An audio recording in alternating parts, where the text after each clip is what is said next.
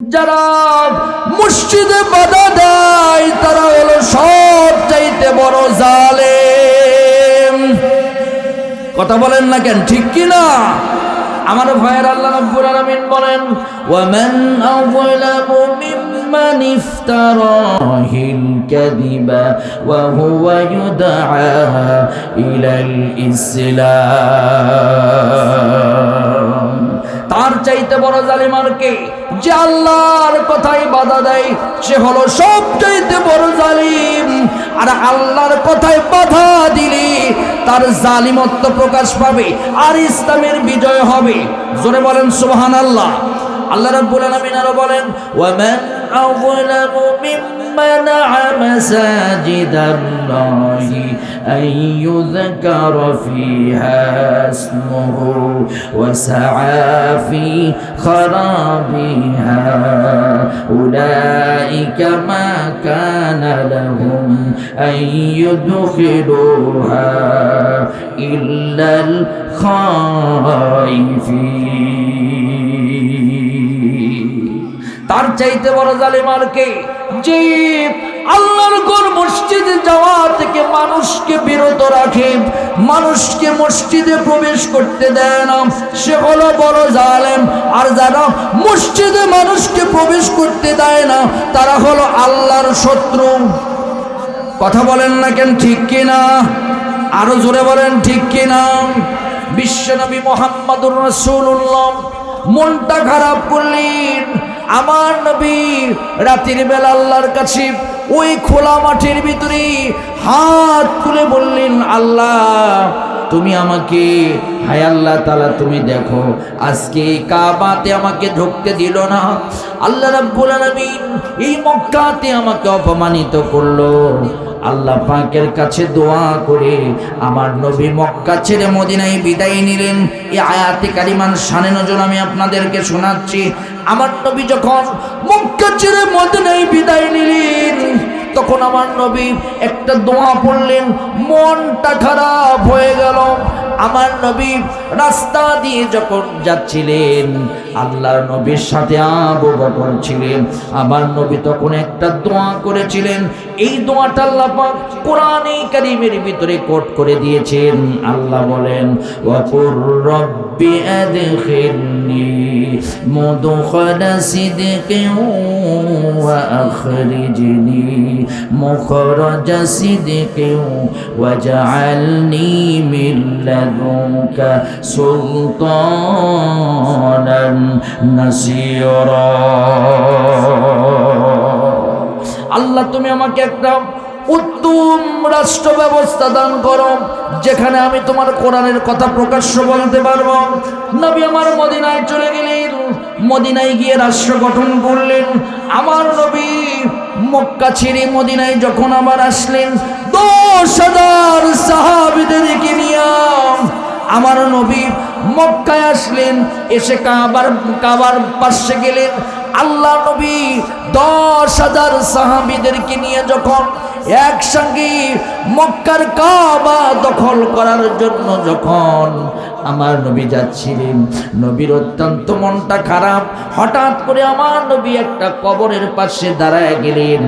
আল্লাহ নবীর সাহাবীরা বললেন, ইয়া রাসূলুল্লাহ এই জায়গা মক্কার ভূমি নয়, এই জায়গা কাবার সীমান্ত নয়। আল্লাহ নবী বললেন, এই জায়গাতে যিনি শুয়ে আছেন তিনি আর কেউ নয়, আমার স্ত্রী খাদিজাতুল কুবরা রাদিয়াল্লাহু তাআলা আনহা। ইসলামের জন্য তার সম্পদগুলো সব কিছু সে ব্যয় করেছে। আজকে ইসলাম কায়েম হয়েছে, আজকে মক্কা বিজয় হবে, আজকে কাফিরদের কোনো নেতৃত্ব চলবে না। আমি 10,000 সাহাবীকে নিয়ে এসেছি, কিন্তু আমার খাদিজার কথা বড়ই মনে পড়ে যাচ্ছে। আল্লাহর নবী কাবার প্রান্তরে গেলেন। বিশ্ব নবীর নেতৃত্বে সাহাবীরা তাকবীরের আওয়াজ তুললেন, লিল্লাহি তাকবীর, আল্লাহু আকবার। তাকবীরের আওয়াজ তুলে আমার নবী সর্বপ্রথম কাবার গেটটা খুললেন। খোলার পরে আমার নবী 360টা মূর্তিকে ভেঙে ভেঙে চুরমার করে দিলেন। আওয়াজ তুলে বলেন তো আমরা মূর্তির পক্ষে না মূর্তির বিপক্ষে? জোরে বলেন, পক্ষে না বিপক্ষে? আমরা মুসলমানেরা মূর্তি বানাবো না। বিগত 17 বছর মূর্তি বানায়াম আমার দেশগুলোকে একদম শেষ করে ফেলে দিয়েছে। মোড়ে মোড়ে মূর্তি, মোড়ে মোড়ে মূর্তি আর মোড়ে মোড়ে ছবি। কথা বলেন না কেন, ঠিক কিনা? আরো জোরে বলেন, ঠিক কিনা? শুধু তাই নয়, ছবির রাজনীতি হয়েছিল আর এই মূর্তির রাজনীতি হয়েছিল। যেই দিন আমার ভাইয়েরা বিপ্লব হয়েছে, জুলাই যোদ্ধারা দেশটাকে বিপ্লব করেছে, সেই দিন অনেক মূর্তির উপরে ছেলে পেলে বৈশাখ পেশাব করেছে। কথা বলেন না কেন, ঠিক কিনা? সব মূর্তিগুলোকে ভেঙে দিয়েছে। আমার নবী বলেছেন, আমার উম্মত যারা তারা মূর্তি পূজা করবে না, মূর্তি ভেঙে টুকরা টুকরা করবে। আমার নবী মূর্তি ভেঙে টুকরা টুকরা করে ওই কাবার ভিতরে আমার নবী প্রাণ ভরে 2 রাকাত নামাজ আদায় করলেন। আওয়াজ তুলে বলেন তো, কাবাতে গেলে আমাদের স্মরণ হয় কার কথা? জোরে বলেন, কার কথা? 2 রাকাত নামাজ যখন আদায় করলেন, আমার নবী প্রাণ ভরে সাহাবীদেরকে বললেন, সাহাবীরা রে, যেই দিন আমি এই মক্কা ছেড়ে যেদিন মদিনায় চলে যাব, আমি 2 রাকাত নামাজ পড়ার জন্য চাবিওয়ালার দরজায় গিয়েছিলাম, কিন্তু চাবিওয়ালা আমাকে চাবি দেয় নাই। আজকে এই মক্কার চাবি কার হাতে আছে? আল্লাহর নবী বিশ্ব নবী বললেন, বিশ্ব নবীর সাহাবীরা বললেন, ওসমান ইবনে তালহা এই চাবির দায়িত্ব গ্রহণ করেছিল। ওসমান ইবনে তালহাকে ডাকা হলো। আল্লাহ নবীর সামনে আসতে ভয় পাচ্ছিল ওসমান ইবনে তালহা, কারণ ওসমান ইবনে তালহার যখন ক্ষমতা ছিল তখন আমার নবী কি ধাক্কা মেরে নামাজ পড়তে দেয় নাই।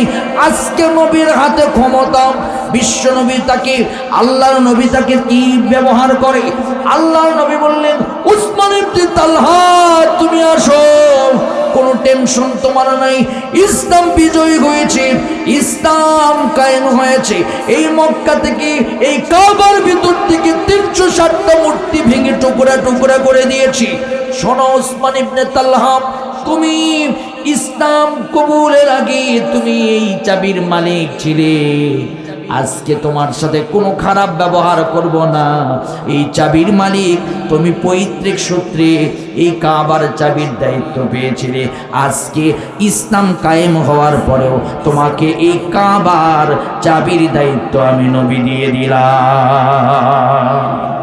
ওসমান ইবনে তালহা নবীর সামনে আসলেন, এসে বললেন, ইয়া রাসূলুল্লাহ, এমন ব্যবহার আপনার সাথে করেছিলাম যে ব্যবহারের কারণে আমি দুঃখিত। এই মুহূর্তে আপনি আমাকে কালিমা পড়ে মুসলমান বানায় দিন।